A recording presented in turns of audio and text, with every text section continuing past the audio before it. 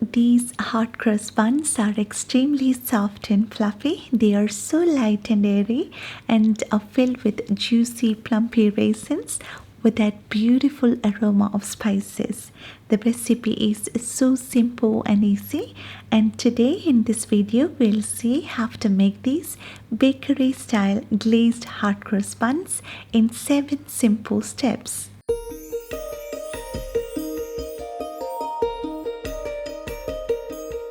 So let's start by preparing the dough. To make hot cross buns, we'll need these dry ingredients. So into a bowl, add in the flour, salt, sugar. The sugar I've used is unrefined sugar, that's why the color is different. We can use any kind of sugar that is available with you.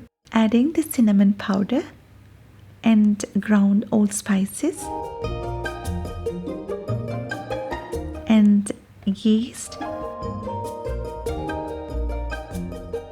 and zest of half of an orange, and whisk everything together to make sure all our ingredients are evenly distributed in the flour.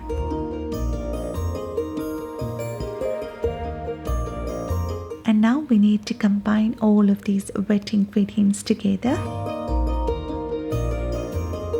Add warm milk into a bowl. The milk is not cold nor hot but just slightly warm. Add 1 egg into this and I just whisk them together. And then add vanilla extract and unsalted butter into this. The butter I've used is very soft so that it's easy to blend, and we can also use melted butter or vegetable oil instead. And now we have 2 bowls, one with wet ingredients and the other one with dry ingredients. Now let's combine them together to form our bread dough. So add in the flour mix into the liquid ingredients. Here I'm using the bare end of this wooden spoon to mix them together. It's so easy to do this way and makes it less mess while mixing.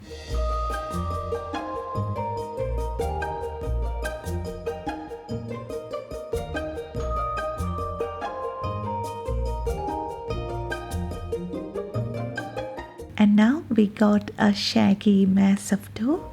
Let's transfer this onto a clean work surface. And we need to knead the dough. And if you are using a stand mixer, then it will be so easy for you to knead the dough. But if you are using hands for kneading, you may find the dough to be very sticky in the beginning. And that's okay, and that's the way it should be. Just stretch the dough with the heel of your palm and fold it back and repeat the same motion.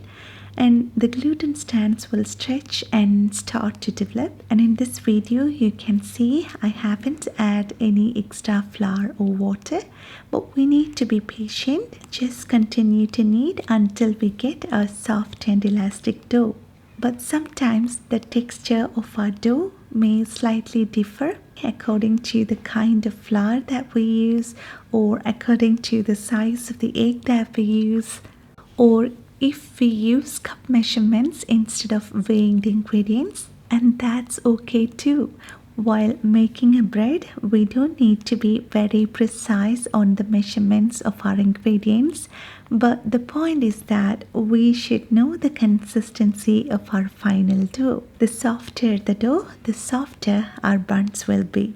So if you find the dough to be sticky even after kneading for 6 minutes, you can add 1 or 2 tablespoons of flour, or if you find the dough to be tough and dry, and then we can add 1 or 2 tablespoons of water or milk. So after kneading for 10 to 12 minutes, our dough should be soft and elastic.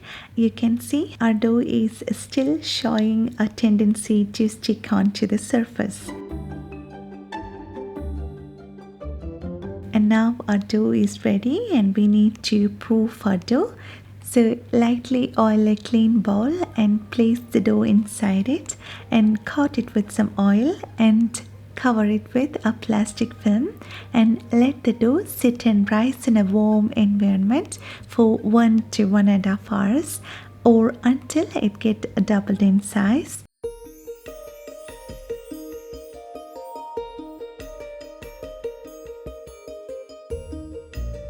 In the meantime, let's soak the raisins in hot water.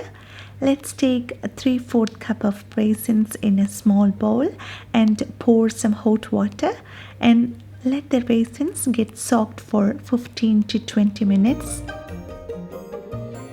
Then drain and pat dry. And now our raisins are soft and plumpy.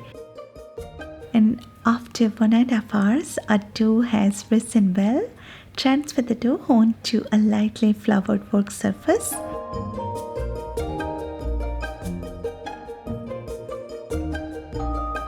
And degas the dough. And now we need to incorporate all of those juicy raisins into our dough.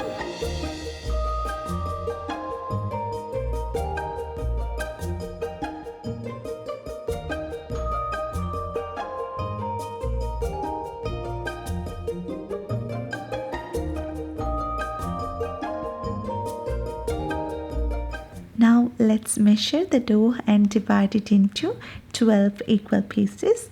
We can either eyeball it or it's better if we can be more precise. I measured them and each one is about 62 grams. And now take each piece of dough and shape it into small round balls. Tuck in the edges towards the center and roll each piece of dough into small round balls.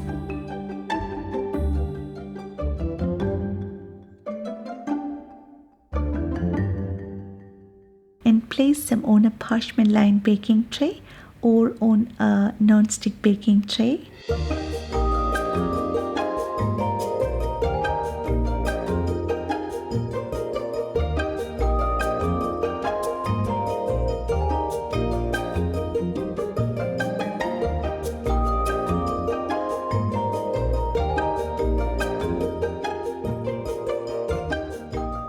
And now we need to let this shaped dough sit and rise. Cover the tray loosely with a plastic film, and I've smeared the plastic film with some oil to make sure it will not stick to the rolls while we take it out. And let the rolls sit and rise for 45 minutes or until they get doubled in size. In the meantime, let's prepare the flour paste for making croissant buns. Into a bowl, just add some flour and water and mix them together. And the consistency of the paste should be like this. If it's too runny, it will be difficult for us to work with it. Let's transfer this into a piping bag.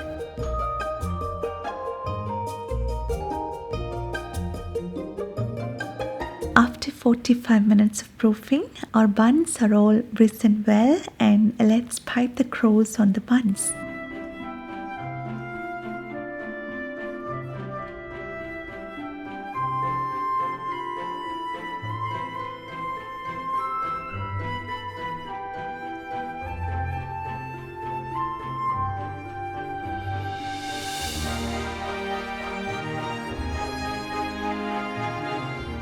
And now they are ready to go into the oven.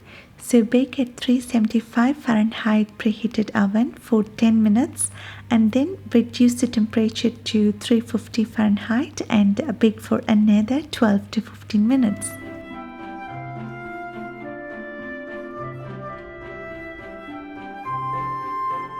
And after baking, we'll get those golden brown hot cross buns. And to get that signature bakery style hot cross bun glaze, brush the top with some sugar syrup or with some light apricot jam. Here I've used apricot jam glaze, which not only gives that nice glaze but also it brings a beautiful fruity hint of flavor to our buns.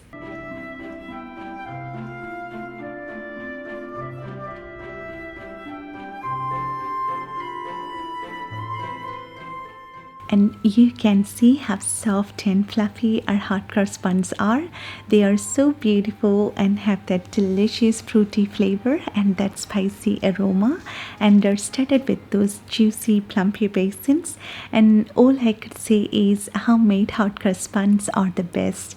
The softness, fluffiness, and the freshness of homemade hot cross buns are matchless.